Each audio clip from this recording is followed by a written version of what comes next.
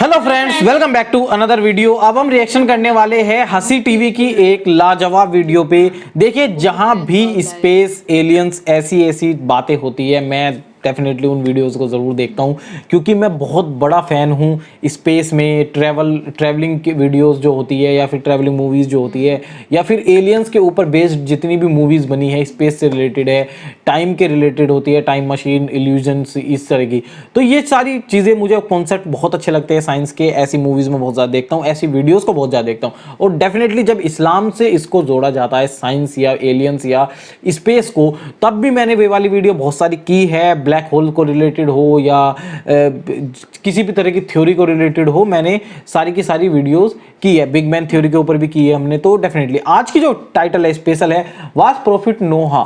जो profit Muhammad साहब थे, Noah was fought against Illuminati aliens. क्या उन्होंने एलियंस के खिलाफ लड़ाई करी थी, इल्यूमिनाती एलियंस? तो हम डेफिनेटली इस्लाम में, कुरान में कहीं भी और ग्रह पे जीवन का नामो निशान नहीं बताया गया है, या एलियंस के बारे में इस्लाम में नहीं बताया गया है। आई थिंक ये मैंने मिर्ज़ा साहब, जो इंजीनियर मोहम्मद अली मिर्ज़ा जी है, उनकी वीडियो में ये सुना था कि एलियंस के बारे में इस्लाम में नहीं लिखा हुआ कहीं भी, तो हम ये चीज़ नहीं मान सकते। लेकिन पर ये इस वीडियो के अंदर इस तरह का टाइटल पढ़ के मैं शॉक्ड हूँ, और मुझे आज मतलब इंटरेस्टेड लगा, तो इसीलिए मैं इस वीडियो को कर रहा हूँ। क्या प्रॉफिट नोहा ने इल्यूमिनाती एलियंस के खिलाफ लड़ाई की थी? इस वीडियो के अंदर हम देखेंगे, इन एंड आपसे बातें करेंगे क्या क्या है वीडियो के अंदर। वीडियो कंप्लीट देखना, पसंद आए लाइक जरूर करके जाना। फिलहाल हम वीडियो को स्टार्ट कर लेते। अस्सलाम वालेकुम दोस्तों, मेरा नाम है हसीब शफकत और आप देख रहे हैं हंसी टीवी। वालेकुम सलाम ब्रदर। हिंदू मज़हब की किताबों तौरात, बाइबल और कुरान के अंदर एक ऐसे आलमी हादसे का जिक्र मिलता है जिसने दुनिया की तमाम मखलूक़ात को तबाह करके एक बार फिर से इंसानियत को यहाँ पर आबाद किया। ये वाक़या है हज़रत नूह अलैहिस्सलाम और अजीम तरीन सैलाब का, जिसने इनकी कौम को गर्क करने के साथ साथ पूरी दुनिया को पानी से कवर कर दिया और ज़मीन पर मौजूद हर एक जानदार चीज़ को ख़त्म कर दिया, सिवाय उन लोगों और जानवरों के जो कि इस कश्ती के अंदर मौजूद थे, जो कि अल्लाह के हुक्म पर हज़रत नूह अलैहिस्सलाम ने तैयार की थी। और दुनिया के तमाम बड़े बड़े कदीम मज़ाहिब के अंदर इस ज़मीनी तबाही का जिक्र मौजूद है कि अल्लाह ताला की तरफ से भेजे गए तमाम सहीफ़ों और पैगम्बरों की तालीमात जो कि बिगड़ी हुई शक्ल के अंदर मौजूद हैं, सब में इसका जिक्र मौजूद है। और तूफ़ान नूह कोई किस्सा कहानी नहीं, बल्कि ना सिर्फ इस तबाही के साइंटिफिक सबूत मौजूद हैं, बल्कि तुर्की के कोई जूदी पहाड़ पर इस कश्ती के निशानात आज भी मौजूद हैं, जो हज़ारों साल तक इस पहाड़ पर मौजूद बर्फ़ की वजह से महफूज रह गई और अल्लाह के इस अज़ाब के वादे को सच्चा साबित कर दिखाया। तूफ़ान नूह का वाक़या यकीनन आप सभी ने कभी ना कभी तो ज़रूर सुना होगा, लेकिन इसके अंदर इस कदर गहराई के अंदर कभी आपने गौर नहीं किया होगा, और ना ही इस पर गौर व फिक्र करके समझने की कोशिश की होगी कि ठीक है कि ये तबाही तो उन लोगों का मुकद्दर थी जो कि नाफरमान और मुशरिक थे। ये अल्लाह का कानून है कि जो भी नाफरमान कौम इसके पैगम्बरों का इनकार करती है या फिर शिरक करती है, तो इस पर इसी तरह की तबाही आती है, जो कि नूह अलैहिस्सलाम की कौमों के बाद भी आई। लेकिन क्या आप यकीन करेंगे कि अगर मैं आपसे ये कहूँ कि हज़रत नूह अलैहिस्सलाम की मुखालिफ कौम कोई आम लोग नहीं थे, बल्कि ये आज के दौर के इल्यूमिनाती यानी शैतान की पूजा करने वाले लोग थे, जो कि लगातार खुदा की तख्लीक को बदल रहे थे। इन्हीं लोगों ने जानवरों, पौधों, इंसानों सबको अपनी मर्जी से बदलना शुरू कर दिया था, और ये इतने एडवांस थे कि आज के टाइम के अंदर भी इंसान खला के बारे में इतना नहीं जानता जितना ये लोग जानते थे। तो मतलब ये लोग उस वक्त अपनी टेक्नोलॉजी की मदद से खला के अंदर सफ़र किया करते। यही वो लोग थे जिन्होंने इराम मिस्र जैसे बड़े बड़े स्ट्रक्चर तैयार किए, जो कि तूफ़ान नूह के बाद भी बच गए, मगर इन सब लोगों का नामो निशान तक मिट गया। ये इल्यूमिनाती ये काम उस दौर के अंदर भी कर रहे थे और आज के टाइम के अंदर भी बिल्कुल ऐसे ही कर रहे हैं। आज भी ये लोग पौधों, जानवरों और खुद इंसानों के साथ छेड़छाड़ करके इनकी तख्लीक को बदलने के अंदर लगे हुए हैं, हर तरह से खुदा की तख्लीक को चैलेंज कर रहे हैं। नूह अलैहिस्सलाम के दौर के इल्यूमिनाती इस कदर एडवांस थे और इन्हें अपनी टेक्नोलॉजी पर और ख़ुद पर इस कदर भरोसा था कि ये हद से ज़्यादा बढ़ने लगे, तब जाकर अल्लाह ने इन पर अजाब लाने का फ़ैसला किया। इंसानी जिस्म के अंदर बदलाव करने के बाद ये लोग उस वक्त ऐसे दिखते थे, जो कि आज के टाइम के अंदर भी हमें हज़ारों साल पहले की एंशंट सिविलाइजेशन के निशानात, मसलन इराम मिस्र की दीवारों पर भी कुंदा किए हुए निशान मिलते हैं, जिसके अंदर हम देख सकते हैं कि एक शख्स मौजूद है जिसका चेहरा तो किसी जानवर की तरह है, यानी इनका ऊपर का धड़ तो किसी परिंदे या फिर लोमड़ी की तरह था, जबकि नीचे का जिस्म था इंसानों की तरह। ये सब बदलाव इन लोगों ने खुद अल्लाह की तख्लीक को बदल कर और इसका मजाक बनाकर ईजाद कर लिए थे, और इन्हीं लोगों ने इराम मिस्र को भी अपने लिए बनाया था। नूह अलैहिस्सलाम ने इनको बहुत समझाने की कोशिश की, इनकी तबलीग के लिए कई सौ साल गुजार दिए, पर ये लोग बाज नहीं आए। इसी टेक्नोलॉजी की वजह से इन लोगों की उम्रें भी काफ़ी लंबी थी। जब ये कौम अपनी हरकतों से बाज ना आई तो अल्लाह ने हज़रत नूह अलैहिस्सलाम को एक बड़ी कश्ती बनाने का हुक्म दिया और इनके लिए अजाब का वक्त तय हो गया ताकि ये सब के सब लोग डूबकर इसके अंदर हलाक हो जाएं। अल्लाह ने नूह अलैहिस्सलाम से फरमाया था कि 3 हिस्सों के अंदर एक बड़ी कश्ती को तैयार करो जो कि 300 गज लंबी, 50 गज चौड़ी और 30 गज ऊंची होगी, और इस पर अपने मानने वालों के अलावा अपने खानदान और हर एक जानवर का जोड़ा भी सवार करो जो उस वक्त तक इस जेनेटिक इंजीनियरिंग का शिकार नहीं हुए थे। यानी इस कश्ती पर अल्लाह के हुक्म के मुताबिक ऐसे जानवरों को सवार किया गया था जो कि उस वक्त के इंसानों की तरह जेनेटिक इंजीनियरिंग का शिकार हुए बगैर अपनी खुद की असली नेचर पर मौजूद थे। ओके। इस तरह के एक एक जानवर के जोड़े को तलाश करना यकीनन बिल्कुल इम्पॉसिबल काम था, लिहाजा अल्लाह के हुक्म से ये तमाम जानवर इस कश्ती के पास एक एक करके इकट्ठा होने लगे और इसमें खुद से सवार हो गए।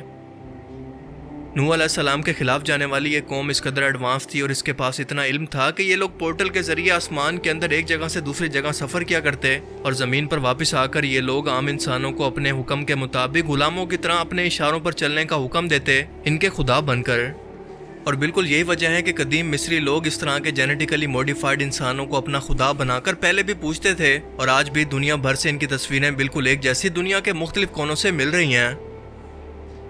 बिल्कुल यही कॉन्सेप्ट हम 2021 के अंदर आने वाली एक हॉलीवुड फिल्म इटर्नल्स के अंदर भी देख सकते हैं, जिसके अंदर दिखाया गया है कि आसमान के अंदर से आने वाले कुछ सुपर पावर रखने वाले लोग जो इंसान ही दिखते हैं लेकिन इनके पास खुदाओं की ताकतें हैं। ये लोग दूसरी दुनिया से हमारे प्लेनेट ज़मीन पर आते हैं और यहाँ के लोगों के दरमियान घुल मिल जाते हैं और एक वक्त ऐसा आता है कि यहाँ बसने वाले लोगों को और यहाँ पर बसने वाली हर एक चीज़ को वो अपनी मर्जी से बदलना शुरू कर देते हैं। सेम वही चीज़ जो कि आज के टाइम के अंदर भी इल्यूमिनाती कर रहे हैं। ये लोग जब भी ज़मीन पर वापस आते हैं तो यहाँ पर मौजूद लोगों के जिस्मों को और निज़ाम को खुदा की तरह बदलने लगे। ये लोग यहाँ मौजूद इंसानों से अपनी इबादत करवाया करते हैं, जिनके सामने हज़रत नूह अलैहिस्सलाम खड़े होकर एक अल्लाह की इबादत की तबलीग करने लगे। इन इल्यूमिनातीज़ के बुत आज भी न्यूजीलैंड, साउथ अमेरिका और अलास्का के अंदर रखे गए हैं, जिसकी ये एलीट क्लास यानी आज के टाइम के इल्यूमिनातीज़ इनकी पूजा करते हैं। बाइबल के मुताबिक सैलाब से पहले आसमान से फरिश्तों को उतारा गया था क्योंकि नूह अलैहिस्सलाम और आम इंसान इन लोगों का मुकाबला नहीं कर सकते थे, और ये कॉन्सेप्ट हॉलीवुड की फिल्म नूह के अंदर भी दिखाया गया है, जिसमें दिखाया गया है कि जब ये फरिश्ते आसमान से ज़मीन पर पहुंचते हैं तो ये पहाड़ों की तरह ऊंचे थे, जिन्होंने नूह अलैहिस्सलाम के घर वालों और इन पर ईमान लाने वालों को बचाकर एक कश्ती के अंदर सवार किया और इन इल्यूमिनाती यानी ईवल लोगों को रोके रखा जब तक कि सैलाब शुरू ना हो गया।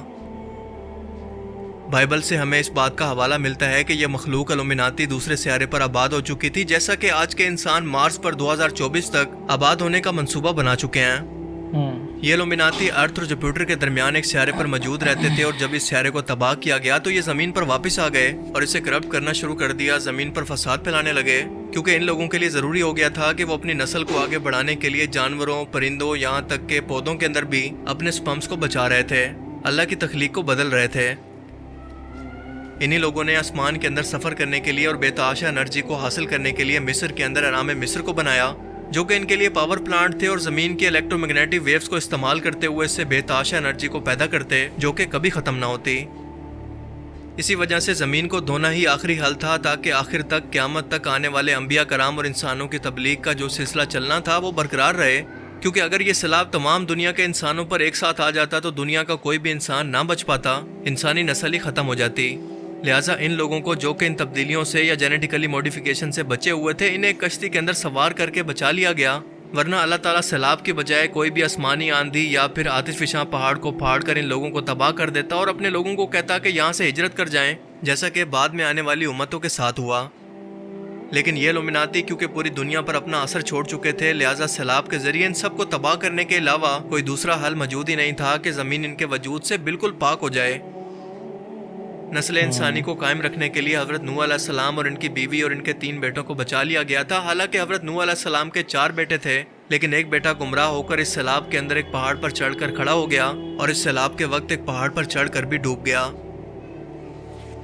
इल्यूमिनाती ने नूह अलैहिस्सलाम को ऑफर की थी कि हम तुम्हें आसमानों के अंदर घूमने और पोर्टल्स का इल्म अता करते हैं, मगर नूह अलैहिस्सलाम ने अल्लाह के हुक्म पर कश्ती की तैयारी शुरू की तो ये लोग नूह अलैहिस्सलाम का मजाक उड़ाया करते कि यहाँ पर तो आसपास कोई समंदर ही मौजूद नहीं, क्या ये इस कश्ती को खुश्की पर चलाना चाहते हैं। जब ये कौम तबाह हुई तो इनके मुजस्मे दुनिया के मुख्तलिफ कोनों के अंदर मौजूद रह गए, जिन्हें बाद में आने वाली बुत परस्त कौमों ने एक बार फिर से पूजना शुरू कर दिया।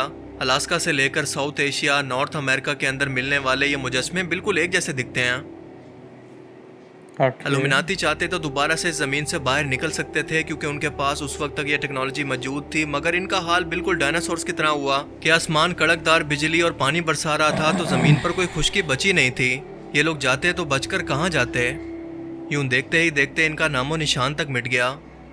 कुरान पाक और दूसरी मजहबी किताबों के अंदर इल्यूमिनाती का ज़्यादा जिक्र मौजूद नहीं है, पर इनकी निशानियां ज़रूर मिलती हैं जो ये साबित करती हैं कि ये लोग अपने वक्त के अंदर इंतहाई एडवांस थे और इंसानों से अपनी पूजा और इबादत भी करवाया करते थे। और इसीलिए मिस्र के लोगों ने इन इल्यूमिनातीस की तस्वीरों को खुदा का दर्जा देकर इनको पूजना शुरू कर दिया। और इसके साथ साथ नमरूद और फिरौन मिस्र ने भी खुदाई का दावा इन्हीं से मुतासिर होकर या इन्हीं इल्यूमिनातीस की आइडियोलॉजी से लिया था, जो कि आज के टाइम के अंदर भी शैतान को खुदा का दर्जा देकर इसकी इबादत करते हैं, बल्कि इसके साथ साथ पूरी दुनिया पर कंट्रोल भी करना चाहते हैं। इनकी आइडियोलॉजी हज़ारों साल गुजरने के बावजूद भी आज तक नहीं बदली।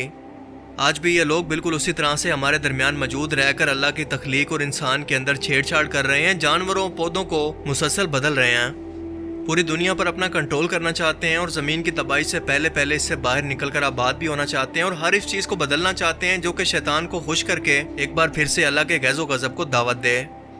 और बिल्कुल उसी तरह से जब ये लोग अल्लाह ताला की हर एक तख्लीक के अंदर छेड़छाड़ करने के बाद अपने आप को हर चीज़ का मालिक व मुख्तार बनाकर खुदाई का दावा करेंगे, तो नूह अलैहिस्सलाम के मुखालिफ रहने वाले इनके आबा व अजदाद की तरह इन्हें एक बार फिर से अल्लाह के अजाब से कोई नहीं बचा पाएगा। लेकिन इस बार यह टाइम होगा क़यामत आने से पहले का। बाकी आप इस बारे में क्या सोचते हैं, अपनी कीमती राय का इजहार कमेंट सेक्शन में जरूर करें। तो दोस्तों देखिए, वीडियो के अंदर बहुत सारी चीजें हैं, अगर आप देखोगे हजरत देखिए, लेकिन सबसे इंटरेस्टिंग पार्ट ये है इस वीडियो का कि मुझे लगा था कि इस्लाम में या कुरान में इस तरह की चीज़ें कभी लिखी ही नहीं गई। तो मुझे समझ में नहीं आ रहा हसी टीवी के जो ओनर है इन्होंने किस बेस पे वीडियो बनाई है। आप लोग कमेंट करके ज़रूर बताना इस वीडियो के अंदर कितनी सच्चाई थी, क्योंकि आप लोगों को ज्यादा पता होगा हमसे। इनका कहने का मतलब है कि एलियंस, इल्यूमिनाती एलियंस मतलब बाहर से दूसरे अंतरिक्ष से, जो पिरामिड्स भी है वो बाहर की मखलूक़ात ने बनाया है। बाहरी अंतरिक्ष से जो एलियंस आए थे उन्होंने बनाया था पावर्स खींचने के लिए। हालांकि ये कॉन्सेप्ट मैंने पहले भी सुना है, ऐसा नहीं है मैं फर्स्ट टाइम सुना हूँ, लेकिन इस्लाम में पहली बार सुन रहा हूँ मैंने ये जितने भी कॉन्सेप्ट है ये सब सुने हुए हैं कि पिरामिड्स को इंसानों ने नहीं बनाया, कि उसके पीछे लॉजिक भी बताया जाता है कि वो किसी तरह बना ही नहीं जा सकते। इंसान आज की टेक्नोलॉजी यूज़ करके भी उन्हें नहीं बना सकता। तो इतने पुराने टाइम में जब कुछ भी नहीं था, पहिया तक नहीं था एक, तब कैसे बन गए वो। तो ये सब चीज़ें, हाँ ये तो कॉन्सेप्ट तो लॉजिक तो यही कहता है कि इंसान के बस की बात नहीं है वो सब बनाना। तो बाहर के अंतरिक्ष से लोग आए थे, वो उन्होंने बनाया था, उनकी टेक्नोलॉजी थी इतनी एडवांस।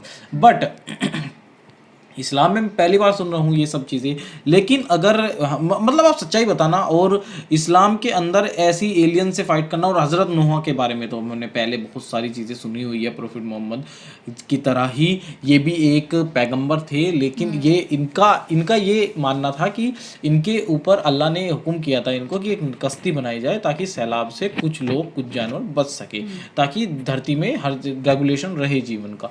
तो डेफिनेटली आप लोगों को बताइए कितनी सच्चाई है वीडियो के अंदर, कमेंट करके आप बताना, लाइक करना हमारी वीडियो को, शेयर करना, सब्सक्राइब कर देना। Thank you for watching this video. मिलते हैं आपसे नेक्स्ट वीडियो में, तब तक के लिए tata bye bye and take care.